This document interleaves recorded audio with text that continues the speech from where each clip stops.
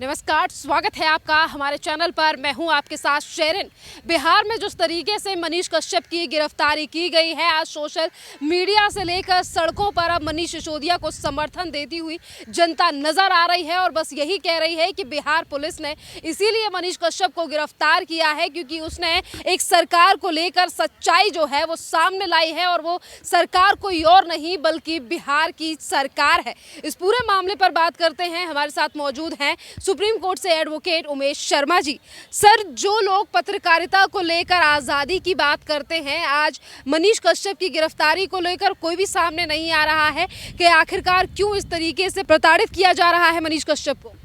देखिए, इस चीज़ को समझने के लिए देखना होगा कि मनीष कश्यप क्या करते थे। वो बहुत ही टेक्निकल तरह से जो पब्लिक का काम हो रहा है, बिहार सरकार कोई बांध बना रही है, पुल बना रही है, कोई सड़क बना रही है, तो उसको जाकर वो बड़े कठोर सवाल पूछते थे। चूँकि वो खुद ही इंजीनियर हैं तो वो इन चीज़ों को, चोरियों को, घपलों को पकड़ लेते थे और साइट पे जो भी लोग मौजूद होते थे उसकी वो बहुत अच्छे से प्रेजेंटेशन देते थे। उसकी वजह से अब जो बहाना बना हो, पर ये तो जाहिर है कि बहुत सारे लोग सरकार में जो भी भ्रष्टाचारी लोग हैं या बिहार में जो सरकार चला रहे हैं लोग, वो दुखी थे और इनको टारगेट में लेकर चल रहे थे। तो इनको तो सीधा सीधी एक बहाना ढूंढकर छोटे से तिल का ताड़ बनाना, जिसको हम कहते हैं, छोटे से मसले में फंसाया गया है और फंसाकर इनको डिमोरलाइज करने की कोशिश की गई है। ये तो उसका जो पहलू है वो सबको दिखाई दे रहा है। अब हम आते हैं, उन लोगों की बात करते हैं कि जो स्वतंत्रता, अभिव्यक्ति की स्वतंत्रता और स्वतंत्रता, व्यक्तिगत स्वतंत्रता, और इसका गाना जो गाते हैं या जो उसकी दुकान चलाते हैं या उसकी जो डफली पीट कर अपनी दुकानें चलाते हैं, वो क्यों चुप हैं। तो आप देखेंगे कि हमारे देश में जो संविधान है उसका आर्टिकल 19, जो अनुच्छेद 19 का एक का क भाग, मतलब 19 आर्टिकल 19 का 1A पार्ट जो है वो ये कहता है अभिव्यक्ति की स्वतंत्रता आपको है। आप अगर गौर करेंगे तो इसको लेकर सुप्रीम कोर्ट ने कई बार प्रेस के खिलाफ जब भी कोई कार्रवाई होती है, ऐसा नहीं है कि किसी रिपोर्टर को अरेस्ट किया गया है या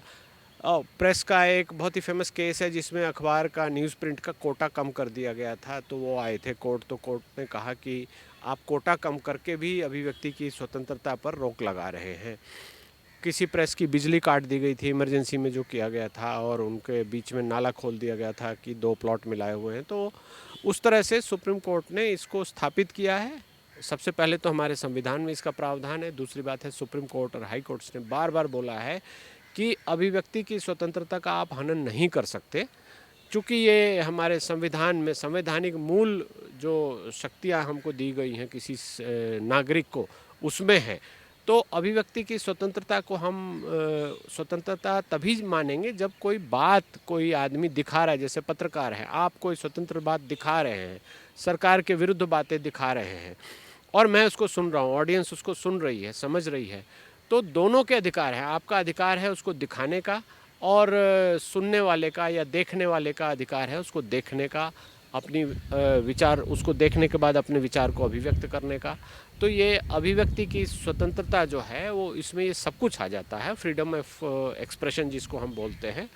या राइट टू एक्सप्रेशन बोलते हैं। आर्टिकल 19 में और भी 7-8 और इंग्रेडिएंट्स हैं जिसको कि हमारे मूलभूत अधिकार कहे गए हैं कि मैं भारत के किसी कोने में जाकर रह सकता हूँ, कहीं भी जा सकता हूँ, मुझे ट्रैवल करने से कोई नहीं रोकेगा, मैं कोई एसोसिएशन बना सकता हूँ, मैं कोई भी व्यवसाय कर सकता हूँ, मैं कोई किसी भी धर्म का अनुयायी हो सकता हूँ। तो ये इस तरह की स्वतंत्रताएं हैं, उसके साथ रखा गया है। तो ये मूलभूत स्वतंत्रता है और इसको बिहार सरकार ने जिस घटिया तरीके से, जिस नीचे स्तर पर आकर जिस तरह से मनीष कश्यप को घेरने की या उनको प्रताड़ित करने की या उनको डिमोरलाइज करने की कोशिश की है, ये सीधा सीधा दिखाता है कि मनीष कश्यप पर ही वार नहीं है। ये जो उनके प्रशंसक हैं, जो उनके फॉलोअर्स हैं, जो उनके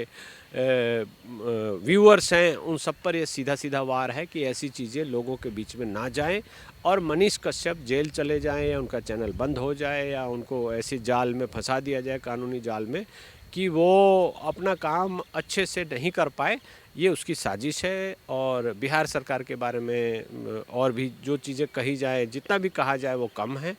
और इस केस को मैंने गहरे से देखा है, समझा है, तो मैं देखता हूँ कि ये बिहार सरकार कुछ ज़्यादा ही प्रताड़ित कर रही है। बिहार पुलिस इतनी ज़्यादा इसको लेके एग्रेसिव है, इतना स्मार्टली चल रही है कि इनको जैसे मनीष कश्यप जैसा कोई दुर्दांत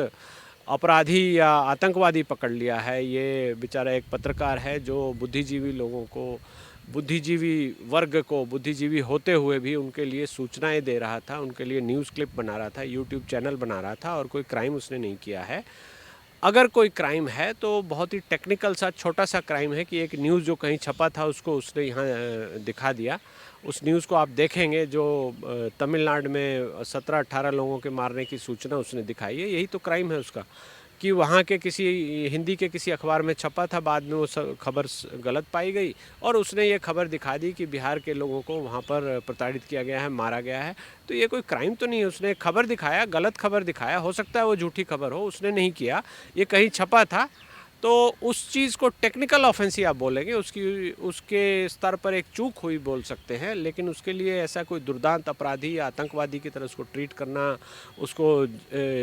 जुडिशियल कस्टडी में ले जाना, पुलिस द्वारा उसके बैंक अकाउंट को खंगालना और ये बोलना कि अभी हम इसकी गहन अन्वेषण करेंगे, इसके फाइनेंशियल जो गतिविधियां हैं उसकी, तो ये सब तो प्रताड़ित करने की, डिमोरलाइज करने की कोशिश है। और ये मीडिया के सभी लोगों को सामने आकर, खासकर न्यू मीडिया के सभी लोगों को सामने आना चाहिए और बिहार सरकार की जितनी भी भर्त्सना कर सके आप, जितनी बुराई कर सके, बिहार सरकार को जितना आप एक्सपोज कर सके आपको एक्सपोज करना चाहिए, और तब जाकर ये रुकेगा। नहीं तो ये सिलसिला अगर शुरू हो गया तो आज मनीष कश्यप है, कल कोई और हो सकता है, परसों कोई और हो सकता है। इस तरह से लोगों को डिमोरलाइज करके पीछे हटने पे मजबूर कर दिया जाएगा। सवाल ये भी उठ रहा है कि जिस तरीके से आरजेडी के नेताओं पर एक के बाद एक ईडी सीबीआई की जांच हो रही है, छापेमारी हो रही है, क्या ये उसी का नतीजा तो नहीं है जिस तरीके से आज बिहार की सरकार जो है वो मनीष कश्यप को लेकर इस तरीके से तमाम चीज़ें जो है वो पुलिस करती हुई नजर आ रही है? हाँ, बिल्कुल है, बिल्कुल लिंक्ड है। बिहार सरकार, बिहार के जो नेता हैं, जो भी नेता ऐसे हैं जिनके यहाँ ईडी की जांच हो रही है, जिन्होंने की अकूत संपत्ति कमाया है, जिन्होंने कैश या मनी फॉर रिक्रूटमेंट किया है, जो मुख्यमंत्री साहब थे लालू यादव जी, उन्होंने यहाँ जब रेल मंत्री रहते हुए अपने बेटे, अपने बेटियों, अपने पत्नी के नाम लोगों की ज़मीनें ली, उसको बेचा, ट्रांसफ़र किया और हज़ारों करोड़ का घपला किया है। तो ये उनका भ्रष्टाचार है जिसको दबाने के लिए, ऐसी चीज़ें पब्लिक में सामने ना आ जाए, उसको दबाने के लिए प्रताड़ित किया जा रहा है। मनीष कश्यप तो एक सिंबल हो सकते हैं। मनीष कश्यप जैसे बहुत सारे लोग हैं, बहुत स्वतंत्र पत्रकार हैं जो इस चीज़ को लाएंगे ही लाएंगे, और मेरा ऐसा मानना है कि न्यू मीडिया इन छोटी छोटी बातों से नहीं रुकेगी। आप देख लीजिए, सोशल मीडिया में कोई भी जाकर देख लें, जो बिहार के उप मुख्यमंत्री साहब हैं उनका 4 लाख का बंगलो जो न्यू फ्रेंड्स कॉलोनी में जिसकी फ़ोटो दिखाई दी जा रही है, वो कम से कम 200 करोड़ का बंगलो है, लेकिन कागज़ पे उन्होंने उसको 4 लाख में ख़रीदा है। तो ये कितने शर्म की बात है, कितना बड़ा धोखा ये लोगों के साथ कर रहे हैं, जनता के साथ कर रहे हैं, सरकारी पैसे के साथ कर रहे हैं, स्टैंप ड्यूटी की चोरी कर रहे हैं, क्राइम कर रहे हैं। तो ईडी ने अगर पकड़ लिया है तो ये चीज़ें तो एक्सपोज हो गई हैं। और वो जो कॉन्ट्रैक्ट देने में दलाली खाते हैं, जो रोड बनाने में दलाली खाते हैं, जो पुल बनाने में दलाली खाते हैं, जो भी सिविल वर्क या कंस्ट्रक्शन वर्क या डेवलपमेंट वर्क जो भी जहां हो रहा है उसमें जो भ्रष्टाचार हो रहा है, मनीष कश्यप की बहादुरी है कि उस चीज़ को बहुत ही अच्छे से बखूबी वो दिखाते हैं, चूँकि वो खुद ही एक सिविल इंजीनियर हैं, पढ़े लिखे हैं और टेक्निकल बातों को समझते हैं, कितना क्या मिल रहा है वो सारे जानते हैं। जो मैनुअल है बिहार सरकार का या सीपीडब्ल्यूडी के मैनुअल में क्या बोला गया है, कितने रेत में कितना सीमेंट मिलाया जाएगा, कितना क्या मिलाया जाएगा, पानी मिलाया जाएगा, कितने दिन सुखाया जाएगा, क्या हाइट होगी, क्या थिकनेस होगी, उसके बारे में उनको जानकारी है। तो वो बड़े कठोर सवाल पूछते हैं, और इस वजह से बिहार सरकार के खासकर जो आरजेडी का धड़ा है, जो कि गले तक आकंठ डूबा हुआ है करप्शन के एक्टिविटीज़ में, एक्सटॉर्शन में, वो डर गए हैं, वो पैनिक हो गए हैं। और मैं यही कह सकता हूं कि ये खिसियानी बिल्ली खंभा नोचे है और कुछ नहीं है। और जो लोग अभिव्यक्ति की स्वतंत्रता की डफली बजाते थे, जरा सी बात पे कहते हैं कि केंद्र सरकार लोगों को अभिव्यक्ति नहीं करने दे रही है, उनको आगे आना चाहिए, मनीष कश्यप के समर्थन में बोलना चाहिए और ये बोलना चाहिए कि बिहार सरकार ये गलत कर रही है। अगर वो ऐसा नहीं करते हैं तो इसका मतलब सीधी सी बात है कि वो सबके सब गलत तरीके से, गलत दुर्भावना से बातों को बोलते हैं। गलत तो गलत होता है, उसको सबको आगे बढ़ के गलत बोलना ही चाहिए।